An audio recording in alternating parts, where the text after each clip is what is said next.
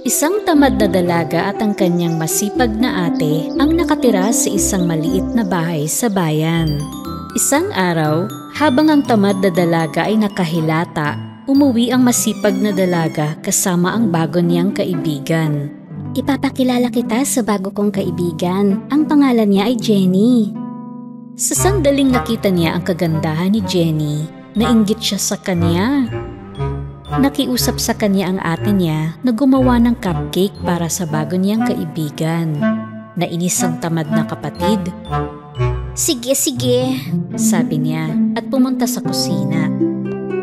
Ngunit sa halip na krema, nilagyan niya ng toothpaste ang isa sa mga cupcake na hinanda niya. Inilagay niya ang 3 cupcake sa pinggan at dinala ito sa sala. Inabot niya kay Jenny ang cupcake na may toothpaste. Kumagat si Jenny at ngumiti ng may kasiyahan. Yum! Ang sarap! Laking gulat ng tamad na dalaga. At nang kainin ng ate niya ang cupcake na may kasiyahan din, naisip niya, Hindi kaya naipagpalit-palit ko sila? sinubo niya lahat ang huling cupcake sa kanyang bibig.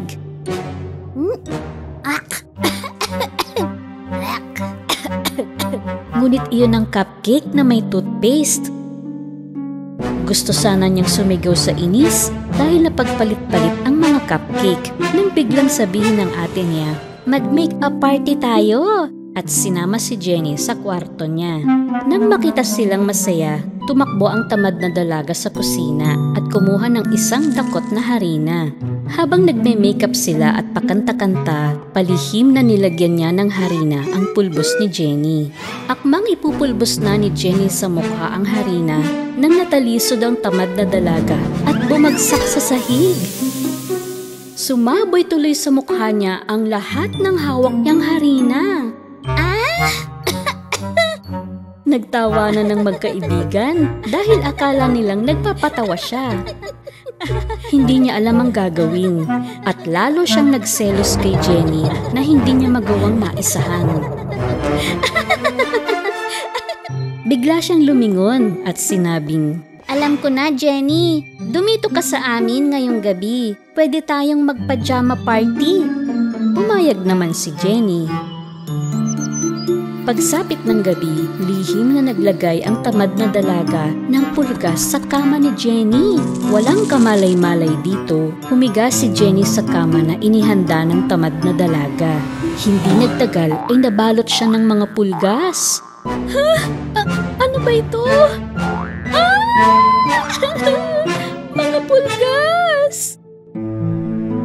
Tumakbo agad kay Jenny ang magkapatid. Sabi ni Jenny, May pulgas ata ako. Ayoko na dito. Uuwi na ako. At umalis na. Ikaw yun, no? Pinagseselosan mo ang kaibigan ko. Napakasama talaga ng ginawa mo. Habang sinundan ng ate niya ang kanyang bagong kaibigan, naiwan siyang mag-isa sa bahay. Hindi siya makatulog buong gabi. Kinakabahan siyang umupo at naghihintay sa kapatid hanggang mag-umaga. Nalungkot siya nang iwan ng kanyang ate at napagtanto niya na ang pagseselos niya ang nagdulot ng kalungkutan na iyon. Kaya kinaumagahan, humingi siya ng tawad sa kanilang dalawa at hindi na muling nagselos. At sa ganito nagsimula ang magandang pagkakaibigan nila kay Jenny. Cinderella, ang mahiwagang sapatos. Noong unang panahon, sa isang malayong lupain, ay may isang magandang babae na ang pangalan ay Cinderella. Ang mabait na si Prinsesa Cinderella at si Prinsipe Leo ay naninirahan sa isang magarang kastilyo. Doon sa bayan nila ay may naninirahan na isang matandang babae. Matagal na siyang nagtatrabaho sa isang panaderya. Siya ang nagluluto ng pinakamasarap na tinapay. Pero walang nakakaalam na ang matandang babaeng ito, si Sinia, ay isa palang masamang mangkukulam. Madalas siyang bumababa sa kanyang sikretong silid. magtago sa mga tao upang gumawa ng iba't ibang klase ng mahiwagang gamot para sa mga taong may gustong ipakulam. Sa pagdaan ng mga araw, sina Lady Puffy at ang mga anak na sina Cassandra at Jezebel ay may masamang balak na panghimasukan ang palasyo. Sigurado ako, merong halong salamangka. Nabanggit ni Cassandra ang tungkol sa isang salamangkero na pasikretong gumagawa ng mga gayuma sa silong ng bahay nito. Samantala, sina Cinderella at Prinsipe Leo ay nagpaplano naman ng isang engranding sayawan sa kastilyo. Isusuot ko ang kristal na sapatos sa sayawan. Habang isinasagawa ang mga preparasyon para sa sayawan, papunta naman sina Lady Puffy sa mangkukulam. Tinahak nila ang daan sa kagubatan hanggang sa may nakita silang karatula na may kakaibang nakasulat. Nang lapitan nila ang karatula, napansin nila ang lagusan. Pinasok nila ito. Dito sa misteryosong lagusan na napakadilim, ang mga kandila ay kusang sumisindi habang sila ay dumaraan. At sa kaloob-looban pa, may kwago na humarap sa kanila.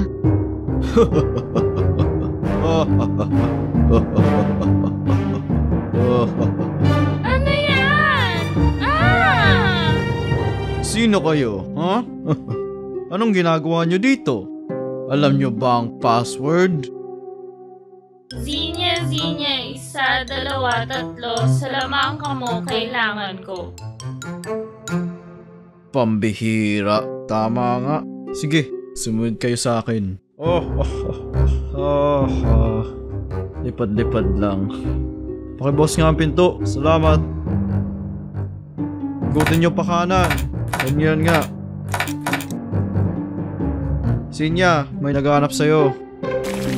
Naroon ang sangkaterbang bote ng gamot, kaldero, sandok, tong, iba't ibang mga halamang gamot, at meron pang maliliit na paniki na palipad-lipad. Mami, katakot dito. Sa makulay na usok, matyagang naghintay sina Lady Puffy at ang magkapatid. Sa wakas, dumating na si Sinya suot ang isang malaking itim na sombrero. At inangat niya ang sombrero upang ipakita ang mukha niya. Sabihin nyo, anong klaseng kulam ang ipapagawa nyo? Sa sandaling iyon, nakilala ni Lady Puffy si Sinya, ang kanyang kapatid na maraming taon nang di nakikita. Ate, ikaw nga, kapatid ko. Di ako makapaniwala. Puffy? Ikaw nga. Akala namin nawawala ka. Salamangkera ka na ngayon? Oo. Ngayon, pwede na ako yumaman. Sabihin mo, bakit mo kailangan ng sumpa? Kinwento ni na Cassandra at Jezebel sa tiya Sinya nila ang tungkol sa balak nilang panghihimasok sa buhay ni Cinderella. Nagpasya si Sinya na gumamit ng malakas na sumpa para sa kapatid niya at sa mga pamangkin. Una, humingi siya ng hibla ng buhok ng bawat pamangkin at nilagay ito sa dilaw na mangkok. Pinuno niya ito ng mahiwagang tubig. Sunod ay kinuha niya ang mga yapak ng paa ni na Cassandra at Jezebel sa pamamagitan ng putik na nasa palanggana. Kinuha niya ang mahiwagang tubig at binuhos ito sa mga yapak ng paa. Sa sandaling iyon, lumitaw ang mga sapatos ni Cinderella sa harapan ng magkapatid. Sinok ng kabayo at bilis ng pusa. Sapatos ni Cinderella ay gagalaw ng kusa. Sa boses ni Puffy, kristal na sapatos ay kikilos. Kung saan niya iutos, susunod ang sapatos. My dear, I'll give me a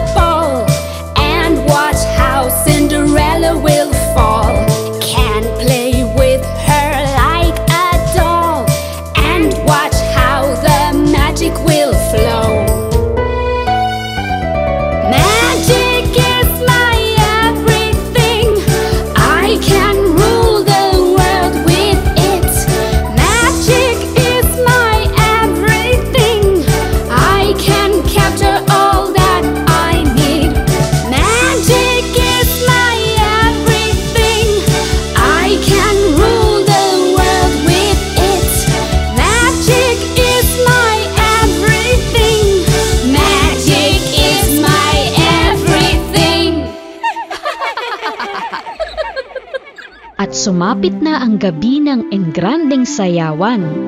Suot ang paboritong damit at syempre ang kristal na sapatos, pumunta na sa bulwagan si Cinderella. Lihim siyang pinapanood ni na Lady Puffy at mga anak nito mula sa isang sulok ng bulwagan. Ngayon mahiwagang sapatos? Patirin mo si Cinderella. Bigla ay nadapa si Cinderella. Siyempre, hindi pa niya nauunawaan kung anong nangyayari. Mabilis siyang tumayo, pero ang mga paa niya ay kumikilos ng kusa. Sinipa niya ang mga bisita habang palakad-lakad siya sa bulwagan. Ano to? Anong nangyayari sa akin? Paroon at parito, pakanan at pakaliwa. Maski ang prinsipe at ang mga bisita ay di alam kung paano siya pipigilan sa paglalakad. Sa huli ay lumabas siya ng bulwagan at patakbong bumaba sa hagdanan. Di niya makontrol ang mga paa niya. Habang sina Lady Puffy at ang magkapatid ay pinagtatawanan si Cinderella. Lalayas na si Prinsesa Cinderella, oh. Lumabas na si Cinderella. Ano kayang nangyayari sa kanya? Saan kaya siya pupunta? Hindi ko alam kung saan pupunta si Cinderella eh. Ano yan? Mabilis na tinangay ng sapatos si Cinderella palayo ng kastilyo. Maligaw ka sana sa malayong lupain. Dahil sa pangyayari, naisip ni na Mozzarella at Cheddar na humingi ng tulong sa butihing diwata na si Leabelle sa ilalim ng puno ng hazelnut. Leabelle, magpakita ka kung nasaan ka man. Kailangan namin ng tulong mo. Biglang nagpakita si Leabelle kina Mozzarella at Cheddar at lumipad na patungo kung saan napapadpad si Cinderella. Ang mahiwagang kristal na sapatos ay napalitan ng kulay. Naging pula ito. Ikinumpas ni Leabelle ang magic wand niya sa sapatos ni Cinderella, pero hindi nakatulong. Sapatos na mabilis, sumpa ay dapat maalis. Utos na aking sambit, tumigil sa daan na maputik. Sa mga salita ng diwata, may nabuong putik sa daan. Dumikit ang kristal na sapatos sa mahiwagang putik hanggang sa di na ito makaalis doon. Kaso, unti-unti namang lumulubog si Cinderella. Saklolo, Leabelle! Lumulubog ako! Ikinumpas ni Leabelle ang magic wand ng 3 beses at tinubuan si Cinderella ng mga pakpak. Ginamit ni Cinderella ang bago niyang mga pakpak para makaalpas sa kumunoy. Salamat, Leabelle. Sinagip mo ang buhay ko. Pero hindi ko na makikita pang muli ang kristal na sapatos. May sumpa ang kristal na sapatos, Cinderella. Bumalik na tayo sa kastilyo. Binigyan ni Leabelle si Cinderella ng bagong sapatos at umuwi na sila sa kastilyo. Tuwang-tuwa si Cinderella na makitang muli sina Prinsipe Leo at ang kanyang mga munting kaibigan.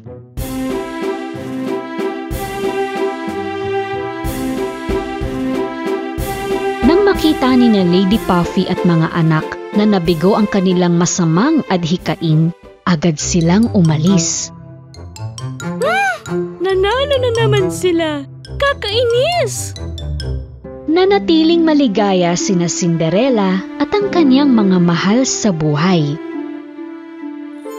Nasaksihan ng kwago ang lahat ng pangyayari at ikinwento niya kay Sinya.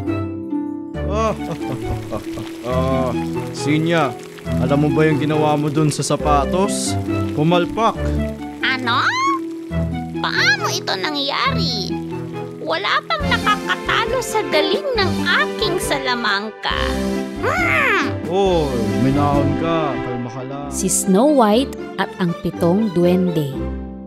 Noong unang panahon, mayroong isang mabait na reyna na naninirahan sa isang kastilyo na napalilibutan ng mahiwagang kagubatan. Habang pinapanood ang niyebe sa taglamig, ang reyna ay nangangarap ng gising. Naririnig niya ang mga bata na naglalaro sa snow sa labas. Binuksan niya ang bintana upang tanawin ang mga bata at hinangin ang paboritong pulang panyo ng reyna. Nahulog ito sa mismong tuktok ng snowman na itinatayo ng mga bata. Kumaway at nagpasalamat sila sa mabait na reyna. Sana ay magkaanak ako ng babae. May kutis na simputi ng snow at busilak ang puso. Lumipas ang mga buwan at nagkatotoo ang pangarap ng mabait na reyna. Ang hari at reyna ay nabiyayaan ng sanggol na babae, ang pinakamaganda sa mundo, at pinangalanan nila siyang Snow White.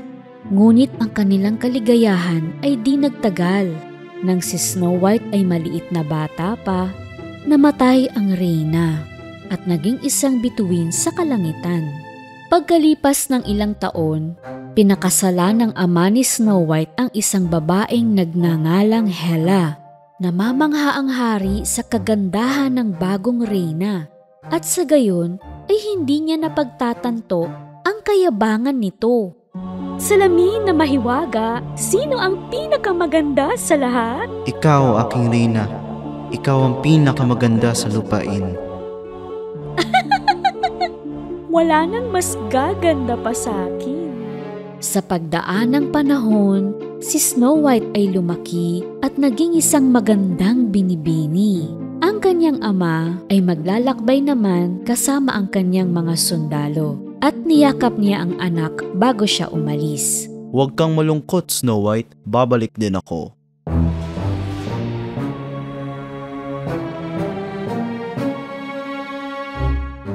Isang araw, tinawag ng masamang loob na si Hela ang kanyang tagapagsilbi na si Duncove. Alisin mo ang tabing ng salamin ko, Duncove. Ngunit nang hatakin ni Duncove ang sapin, tumakip ito sa kanyang sarili. Hay naku, lumabas ka na nga. Habang hinahangaan ng reyna ang sarili sa salamin, nagsambit siya ng, Salamin, salamin na mahiwaga, sino ang pinakamaganda sa lahat?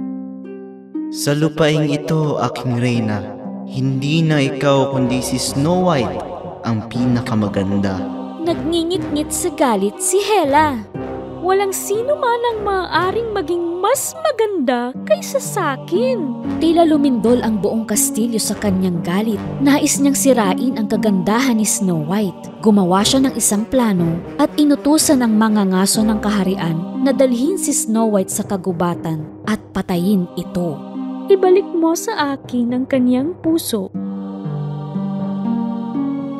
Pinagkakatiwalaan ni Snow White ang mga ngaso ng kaharian, kaya't sumama siya rito. Habang daan, nakakita siya ng isang sugatan na ibon sa lupa. Pinulot niya ang ibon upang lapatan ng lunas ang pakpak nito.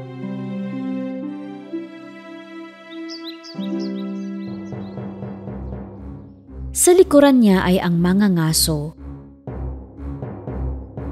na palihim na kumuha ng palaso at inumang ito kay Snow White.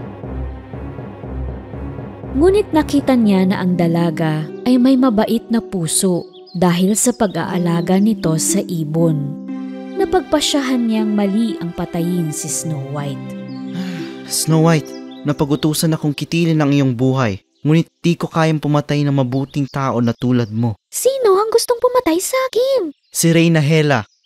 Tumakas ka na at magtago. Naisip ng mga ngaso na linlangin ang reyna. Manghuhuli siya ng isang baboy ramo at ang puso nito ang siyang dadalhin niya sa reyna. Sa gayon, iisipin ni Hela na patay na ang prinsesa. Sa tindi ng takot, tumakbo ang prinsesa sa madilim na kakahuyan. Di niya alintana ang matutulis na sanga at mga paniki sa gabi hanggang sa hindi na niya kaya pang tumakbo. Bumagsak siya sa tabi ng isang puno at nakatulog sa malamig at madilim na kagubatan. Nang marating ng mga ngaso ang kastilyo, dumiretso siya sa reyna. Natupad ko na ang iyong utos. Kinuha ni Reyna Hela ang kahon at sinuri ang puso.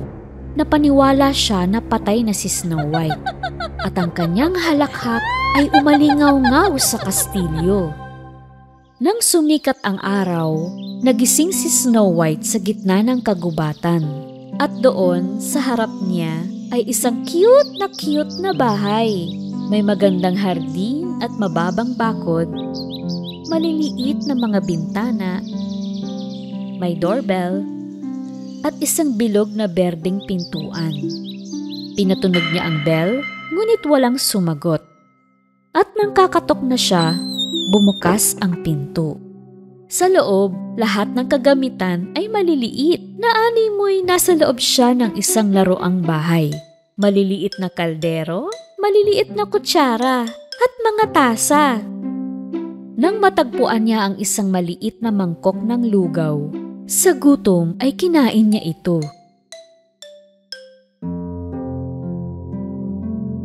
At nakatulog siya sa isang maliit na kama.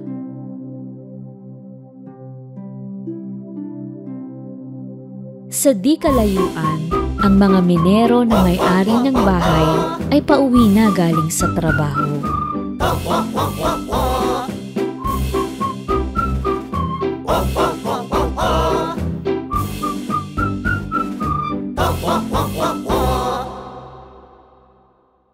Sa sandaling pumasok sila, alam nila na may mali, kaya tahimik silang nagmatsyag at nagbulungan. May kumain ng tinapay ko. May gumamit din ng plato ko. May natutulog sa kama ko. Ayan oh.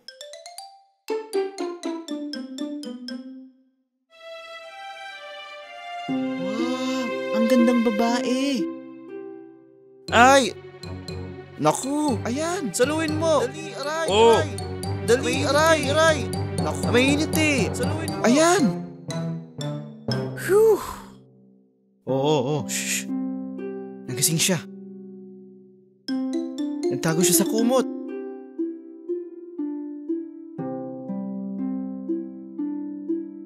Huwag ka matakot sa amin, Binibini. Kami ang 7 duwende. Ako si Ace, siya si Jolly, ito naman si Angry, ayan si Curious, si Silly, si Shy, at ito naman si Lazy. Ako si Snow White. Pasensya na po, pumasok ako sa bahay niyo. Isinalaysay ni Snow White ang lahat ng nangyari sa kanya. At nalungkot sila sa narinig na kwento. Kaya pumayag sila na manatili si Snow White sa kanilang maliit na bahay. Ngunit, sa isang kondisyon. Mahilig kami kumanta. Maganda ba ang tinig mo, prinsesa? Snow White is my name. I'm far away from the castle today. I stare at the sky and speak to my mother. She is now among the stars. I have found happiness in this forest. My little friends protect me here. Their tiny hearts are now full of hope. Good little hearts will win again. Samantala, sa ibayong lupain, mayroong isang gwapo na prinsipe. Ang pangalan niya ay Antoine. Mahilig siyang lumabas sa gabi at tumingin sa mga bituin na nagpapaalala sa kanya ng mga taong mahal niya. Isang gabi, nakita niya ang mukha ni Snow White sa kalangitan at nagkaroon siya ng pagnanais na hanapin ang dalaga. Isang diwata ang nagsabi na nasa panganib ang Binibini at binigyan pa siya ng isang kwintas na may hugis puso. Kaya't sakay ng kanyang kabayo, naglakbay na si Prinsipe Antoine upang hanapin ang magandang mukha sa langit. Samantala, balik sa kastilyo, ang reyna na may masamang kalooban ay muling haharap sa mahiwagang salamin. Dankav! Alisin ang tabing ng salamin. Sumunod naman si Dunkov, ngunit sumabit ang tabing sa salamin at muntik na itong matumba. Si Dunkov ay kabado sa harap ng reyna, kaya lagi tuloy siyang pamali-mali. Siyang dahilan kung bakit patuloy na naiinis sa kanya ang reyna. Nang makalabas na si Dunkov, nais marinig ni Reyna Hela mula sa mahiwagang salamin kung gaano siya kaganda. Salamin na mahiwaga, sino ang pinakamaganda sa lahat? Paumanhin, aking reyna, ngunit si Snow White ang pinakamaganda. Hindi! Akala ko ba patay na si Snow White? Buong gabi nagising ang reyna. Gumagawa ng masamang balak na patayin si Snow White. Nakaisip siya ng mahusay na paraan na ikubli ang sarili sa anyo ng isang maliit na kuneho. Kinaumagahan bago umalis ang mga duwende, isa-isa silang humalik kay Snow White sa pisngi at naglakad na papunta sa minahan. Prinsesa, huwag mong pagbubuksan ng mga estranghero ha. Delikado. Mukhang mapayapa naman, kaya't nagdilig si Snow White ng mga bulaklak sa hardin. Napansin ng prinsesa ang isang maliit na kuneho na nakaupo sa hardin na tila nasaktan. Tumungo siya at kinuha ito at dinala sa loob ng bahay. Nilapatan niya ng lunas ang nasaktan na paa ng kuneho at hinayaan itong magpahinga sa kama. Kunwari ay natutulog pero sa sandaling lumabas ng silid ang prinsesa, dumilat ang kuneho at tumingin sa paligid. Tapos, ito ay tumalon-talon-talon at bumalik sa dating anyo ni Hela. Ito mismo ang pinaplano niya. Pinatakan niya ng lilang laso ng unan. Nang sa gayon ay kapag matutulog doon ang prinsesa, mamamatay siya sa lason. Napagod si Snow White sa maghapong paghahardin, kaya't pumasok na siya upang magpahinga. Mahihiga na sana siya sa unan na may lason nang marinig ang mga duwende na nakauwi na. Sinalubong sila ng prinsesa sa pintuan. At pagkatapos ng masarap na hapunan, sumayaw sila buong gabi. Sa pagod ay nakatulog si Snow White sa harap ng pugon. Mabuti na lang at naiwasan niyang matulog sa nakalalasong unan. Nang makabalik ang reyna sa kanyang kastilyo, inabutan niya si Dunkov na nakatulog na sa pintuan. Sa pag-aakalang nagtagumpay siya, pinuntahan niya ang mahiwagang salamin. Salamin na mahiwaga, sino ang pinakamaganda sa lahat? Aking reyna, si Snow White na kasama ng 7 duwende ay mas maganda kaysa sayo. Hindi! Ako! Ang dapat na pinakamaganda! Ako! Gagawa uli ako ng plano na papatay kay Snow White. Makalipas ang ilang araw, habang sinusulsihan ni Snow White ang ilan sa mga lumang damit ng mga duwende, nakarinig siya ng katok sa pintuan. Kumatok ito ng 3 beses. Sumilip si Snow White sa pintuan upang makita kung sino ito. At naroon ang isang matandang babae na may basket ng mansanas. Sino po sila? Ako ay tindera ng masasarap na mansanas. Nais mo bang tumikim ng isa? Nung una, natatakot si Snow White. Kaya lang, mahilig talaga siya sa pulang mansanas. Eto magandang ining, libreng patikim. Tinanggap ni Snow White ang mansanas na inabot ng matanda. At kumagat siya. Ang mansanas ay may lason. Natumbas siya sa lupa bago pa man makahingi ng tulong.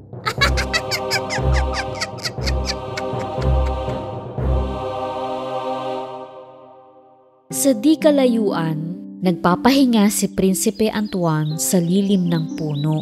Malayo na ang nalakbay niya upang hanapin ang magandang mukha na nakita niya sa kalangitan. nang may natanaw siyang isang matandang babae na naglalakad.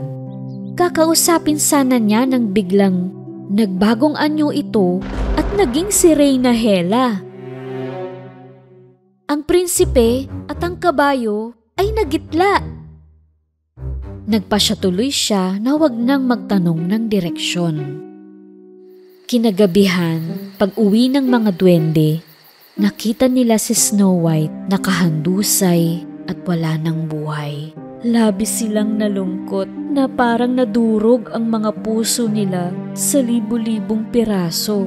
Gumawa sila ng isang magandang kristal na kabaong at pinalutang ito sa pinakamahabang ilog upang makita ng lahat ng tao ang kaniyang kagandahan. Sa may baybayin ng ilog, naglalakbay ang prinsipe at napansin niya ang kristal na kabaong sa bangka. Nakilala niya agad ang mukha ng babae. Nalungkot ang prinsipe. Binuksan niya ang takip ng kabaong. Kinuha sa bulsa ang kwintas na stardust at isinuot ito sa prinsesa. Paalam aking prinsesa, magniingning ka tulad ng isang bituin. Nasaan ka man? Pagdakay, gumalaw si Snow White. Ang kwintas na stardust ay nagbigay ng himala. Nabuhay si Snow White. Nang magising, namangha si Snow White sa gwapong prinsipe na nakatayo sa tabi niya, na nagligtas sa kanya.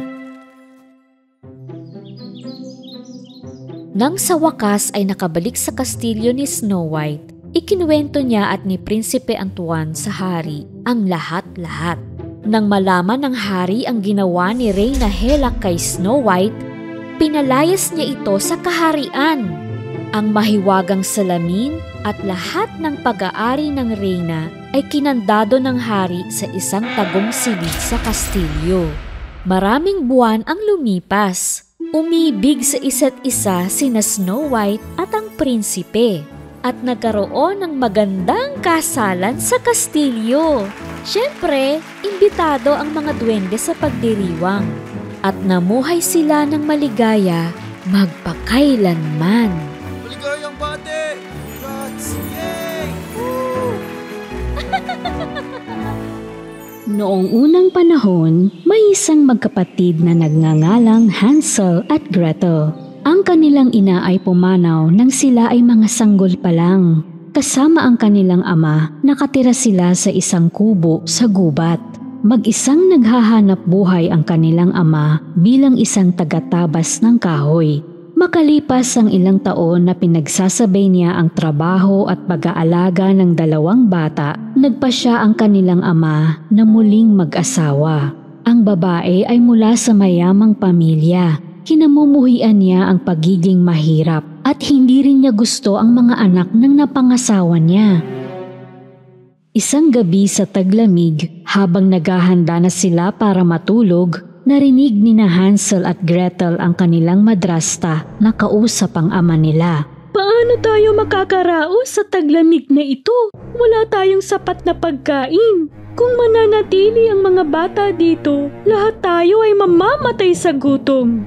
Galit na tumutol ang kanilang ama. Hindi na kailangang makipagtalo. Nagpasya na ako. Bukas, dadalhin natin sila sa kakahuyan at iiwanan natin sila doon. Nang marinig iyon ng 2 bata, napaiyak si Gretel.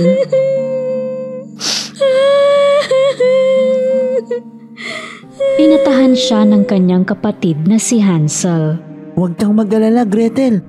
Mahanap din natin ng daan pa uwi.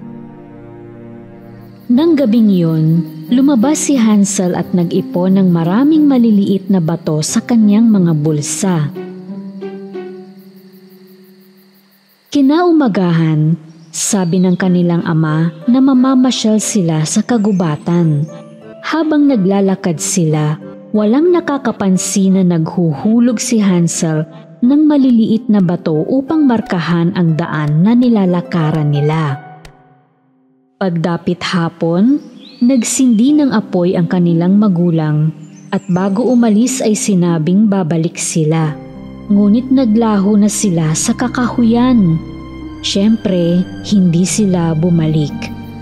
Nang magdilim na, ang mga kakilakilabot na huni ng mga hayop sa kagubatan ay nagsimulang umalingaw-ngaw sa paligid ng mga bata. Nanginginig sa nakakakilabot na alulong ng mga lobo, sina Hansel at Gretel ay hindi umalis sa harap ng apoy hanggang sa pagsikat ng buwan. Pagkatapos ay sinundan nila ang mga hinulog ni Hansel na maliliit na bato na nagniningning sa liwanag ng buwan. Ang galing, Hansel! Napakatalino mo! Nang makauwi ang mga bata, napakasaya ng kanilang ama at nagulat din sa talino nila. Nagkunwaring masaya rin ang madrasta, ngunit ang saloobin niya ay pareho pa rin. Inis na inis siya na nakabalik sila. Matapos ang 3 araw, susubukan muli ng madrasta ang masamang plano niya. Pero nung gabi na yon, ikinandado niya ang kwarto ni Hansel at Gretel. Hindi niya hahayaan na makakolekta ulit si Hansel ng maliliit na bato. Ngunit si Hansel ay isang matalinong bata. Habang naglalakad sila patungo sa kagubatan, naghuhulog naman siya ng mga piraso ng tinapay na inilagay niya sa bulsa niya nung gabi. Bandang tanghali, ang kanilang ama at ina-inahan ay nagdahilan upang makaalis at iniwanan na naman ang mga bata sa kagubatan. Alam ni Hansel at Gretel na hindi na sila babalikan, kaya agad silang naglakad bago pa magdilim. Ngunit hindi nila makita ang palatandaan na kanilang iniwan sapagkat ang mga piraso ng tinapay ay kinain ng mga ibon. Naiyak si Gretel. Maging si Hansel ay nakaramdam din ng kawalang pag-asa. Sa pagkakataon na ito, ang mga bata ay talagang naliligaw. Walang pagkain at takot sa kamatayan. Magta3 araw na silang naglalakad sa gubat. Sa 4 araw, nakakita sila ng isang ibon na singputi ng niebe. Kaaya-aya ang awit ng ibon para sa kanila.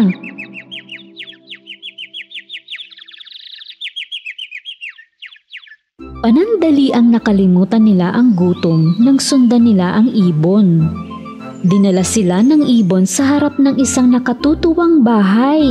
Ang bahay ay may pader na gawa sa tinapay, bubong na gawa sa cake at mga bintanang candy at nababalutan ng paligid ng makukulay na krema.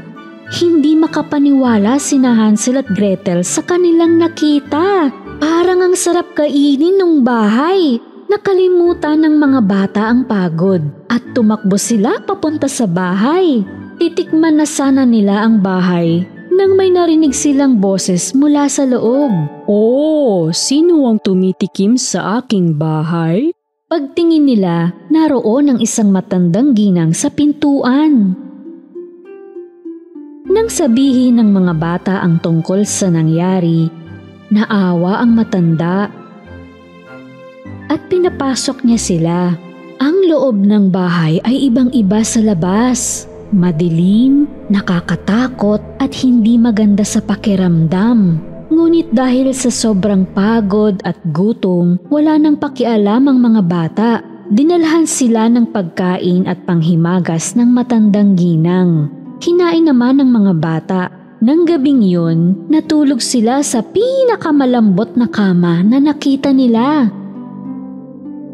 Nang magising sila, wala ang matandang ginang, kaya nagtingin-tingin sila sa paligid. Sa dulo ng pasilyo ay may isang maliit na pintuan.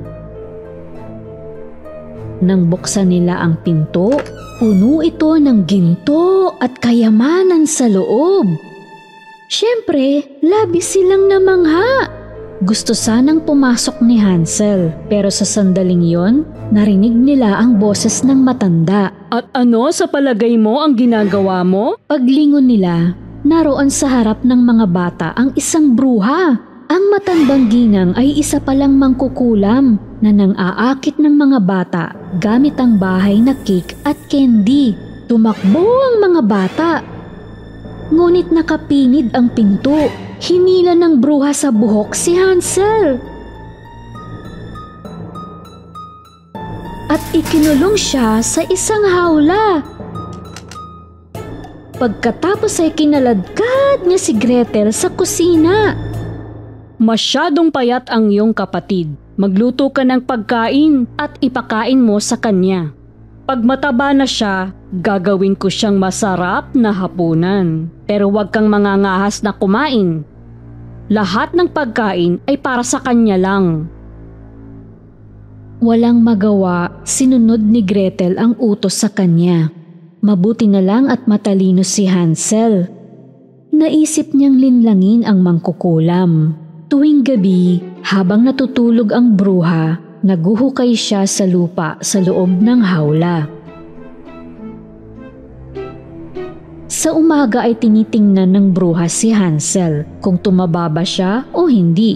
Ngunit hindi kinakain ni Hansel ang niluluto ng kapatid niya. Sa halip ay ibinabaon niya ito sa butas na hinuhukay niya. Samantala, inuutusan ng bruha si Gretel na magluto pa. Nagpatuloy ito ng ilang araw hanggang sa nainis na ang bruha. Mataba o payat, wala na akong pakialam. Ngayon, gagawin kitang empanada. Bumaling siya kay Gretel. Tingnan mo yung nakasalang sa oven na tinapay kung luto na. Kahit na natatakot, si Gretel ay matalino rin tulad ng kapatid niya. Alam niyang itutulak siya ng bruha papasok sa oven. Maliit po ako eh. Hindi ko makita yung tinapay. Reklamo ni Gretel.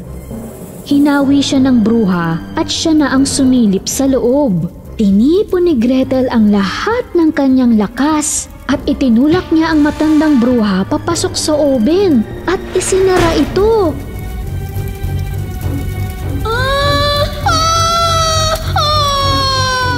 Alam ni Gretel kung saan itinatago ng bruha ang susi. Nagmamadaling kinuha niya ito at pinakawalan si Hansel sa hawla. Lumagablab ang apoy mula sa oven at kumalat sa buong bahay. Nakaligtas sila sa nasusunog na bahay at tumakbo papunta sa kakahuyan. Ngunit hindi nila alam kung saan pupunta. Ilang sandali pa, narating nila ang isang ilog. Isang higanting sisne ang nagtawid sa kanila sa kabilang bahagi ng ilog. Tumingin ang mga bata sa paligid at napagtanto nila kung nasaan sila. Mabilis silang tumakbo sa bahay nila. Nang makita ang kanyang mga anak, napuno ng kagalakan ang ama. May luha ng kagalakan, ipinaliwanag niya na nakipaghiwalay siya sa asawa matapos nilang iwan ang mga bata sa kagubatan at kung gaano siya nagsisisi sa kaniyang nagawa. Hinanap niya ang mga bata ngunit hindi niya sila makita. Mahal na mahal ng mga bata ang kanilang ama kaya pinatawad nila siya. At may sorpresa sila para sa kanilang ama. Pareho silang dumukot sa mga bulsa at nilabas ang mga ginto at brilyante na kinuha nila sa bahay ng bruha. Hindi makapaniwala ang kanilang ama sa nakitang kayamanan. Ang lahat ng problema nila sa kahirapan ay napawi na. At namuhay silang maligaya.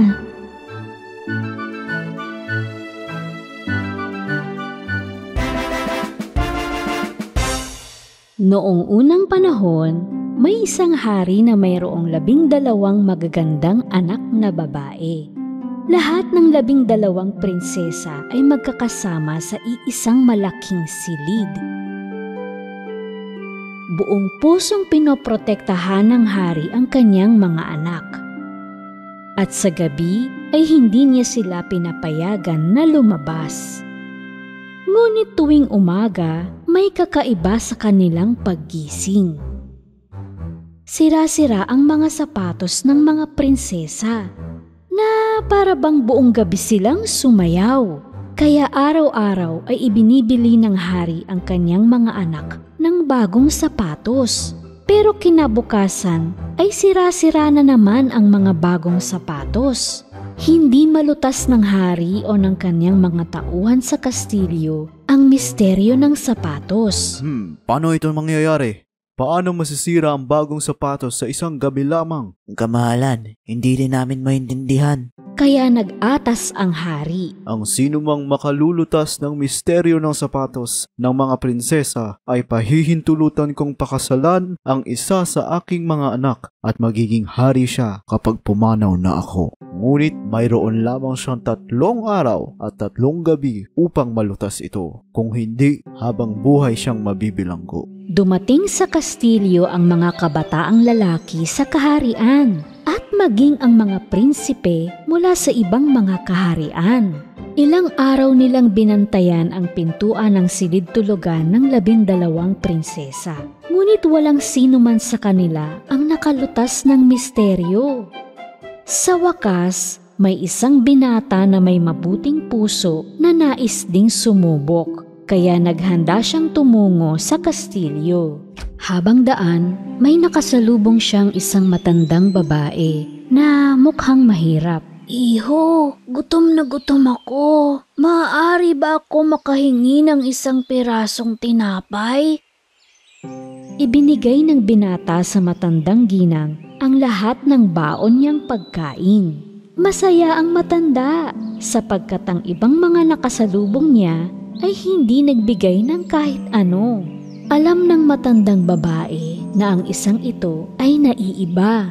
Kaya bilang kapalit, binigyan niya ang binata ng isang mahiwagang kapa. Ito ay mahiwagang kapa. Kapag isinuot mo ito, hindi ka makikita ni numan. Pagtungtong ng 12:00 ng gabi, isuot mo ang kapa at makakapasok ka sa silid ng mga prinsesa. Pero mag-iingat ka, huwag mong iinumin ang anumang ibibigay sa iyo ng mga prinsesa. Tinanggap ng binata ang mahiwagang kapa at nagtungo na sa kastilyo. Pagdating niya, sinabi niya na naroon siya upang lutasin ang misteryo ng mga sapatos. Sa unang araw, nagbabantay siya sa harap ng silid nang lumabas ang prinsesa na may dalang limonada. Baka nauuhaw ka, naghanda kami ng limonada para sa'yo. Inom ka muna. Nakalimutan ng binata ang babala ng matandang ginang at ininom niya ito. Di nagtagal ay inantok siya. Buong gabi siyang nakatulog sa silid na inihanda nila para sa kanya.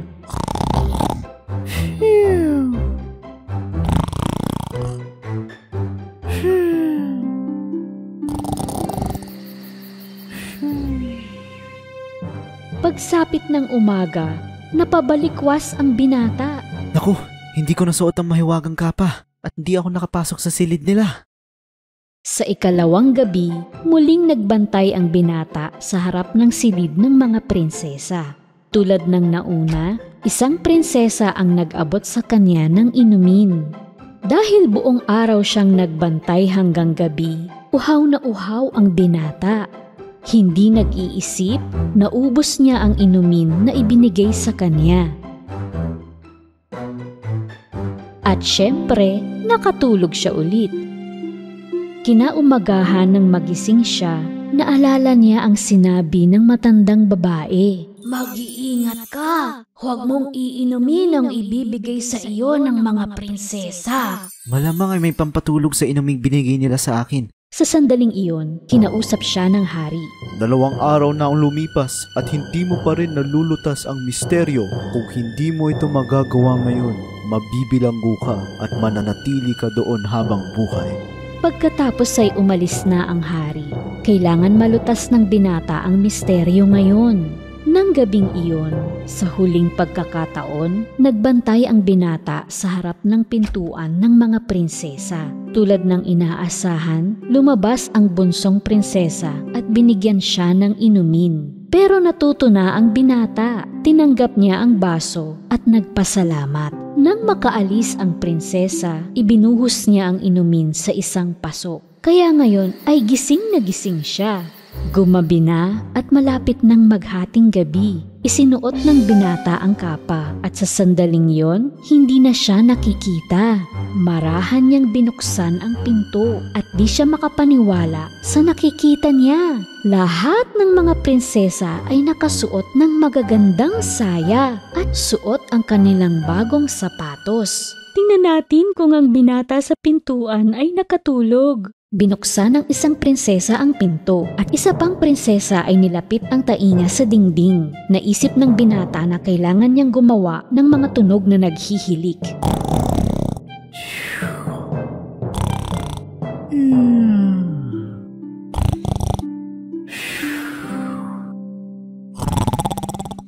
Matapos nilang matiyak na natutulog ang binata, hinila ng panganay na prinsesa ang kanyang kama at pumalakpak ng 3 beses. Isang lihim na pintuan ang bumukas sa dating kinalalagyan ng kama. Isa-isang pumasok sa loob ng lagusan ang mga prinsesa at syempre sumunod ang binata. Ang lihim na lagusan ay isang hagdanan na may daang-daang mga hakbang na pababa. Habang pababa sila ng hagdan, di sinasadyang natapakan ng binata ang saya ng prinsesa sa huli. Parang may tumapak sa damit ko. Kalokohan, malamang ikaw yun. Sa dulo ng hagdanan, dumating sila sa isang gubat. Dumaan sila sa matataas na puno na may mga sanga ng pilak. Kumuha ng sanga ang binata at patuloy na sumusunod sa mga prinsesa. Pagkatapos ng mahabang lakarin, narating nila ang isang ilog kung saan may 12 bangka na hugis sisne na may sakay na 12 mga prinsipe na naghihintay sa mga prinsesa. Sumakay sila sa mga bangka at sumakay din ang binata dun sa pinakahuli. Parang mabigat ang bangka namin ngayon. Na para bang may nadagdag sa amin. Nakakapagtaka. Hay naku, kung ano-anong sinasabi mo dyan. Nang makatawid sila sa ilog, naroon ang isang malaki at makinang na kastilyo. May maririnig na musika na nagmumula sa loob. Sa labas ng bintana, natanaw ng binata ang maraming tao na sumasayaw. Pagpasok nila sa kastilyo, nagsimula ng sumayaw ang mga prinsesa. Hindi sila nagsasawa at nagsimula na ring masira ang kanilang mga sapatos. Hindi na kinaya ng binata ang kanyang gutom, kaya kumuha siya ng isang hiwa ng cake sa lamesa at nagsimulang kumain. Nakita ito ng bunsong prinsesa. Ha? Yung cake ko? Lumulutang ito na parang may kumakain ito. Itigil mo na nga yung kalokohan mo. Kinuha ng binata ang isang gintong kopa mula sa mesa nang walang nakakapansin. Sumayaw ang mga prinsesa hanggang umaga. Pagkatapos ay sumakay sila sa mga bangka, lumakad sa kagubatan, umakyat sa napakahabang hagdanan. At sa wakas ay nakauwi na sila sa kanilang kastilyo. At ang kanilang mga sapatos ay sira-sira na naman. Masayang-masaya ang binata na nalutas niya ang misteryo ng mga sirang sapatos. Ilang sandali pa ay dumating ang hari. Tapos na ang iyong oras. Nalutas mo ba ang misteryo ng sapatos? Opo, aking kamahalan. Nagawa ko po. At kinwento niya ang lahat ng kanyang nalaman. Nung una, hindi siya pinaniwalaan ng hari. Ngunit nang ipakita ng binata ang sanga ng pilak mula sa kagubatan at ang gintong kopa mula sa makinang na kastilyo, saka nalaman ng hari na nagsasabi siya ng totoo. Kaya naman, tinupad ng hari ang kanyang pangako. Sinabi ng binata na nais niyang pakasalan ang bunsong prinsesa. Hindi nasisiyahan ang 12 palasayaw na prinsesa dahil ang kanilang lihim ay nabunyag na. Ngunit ang binata at ang bunsong prinsesa na ikinasal ay namuhay namang maligaya.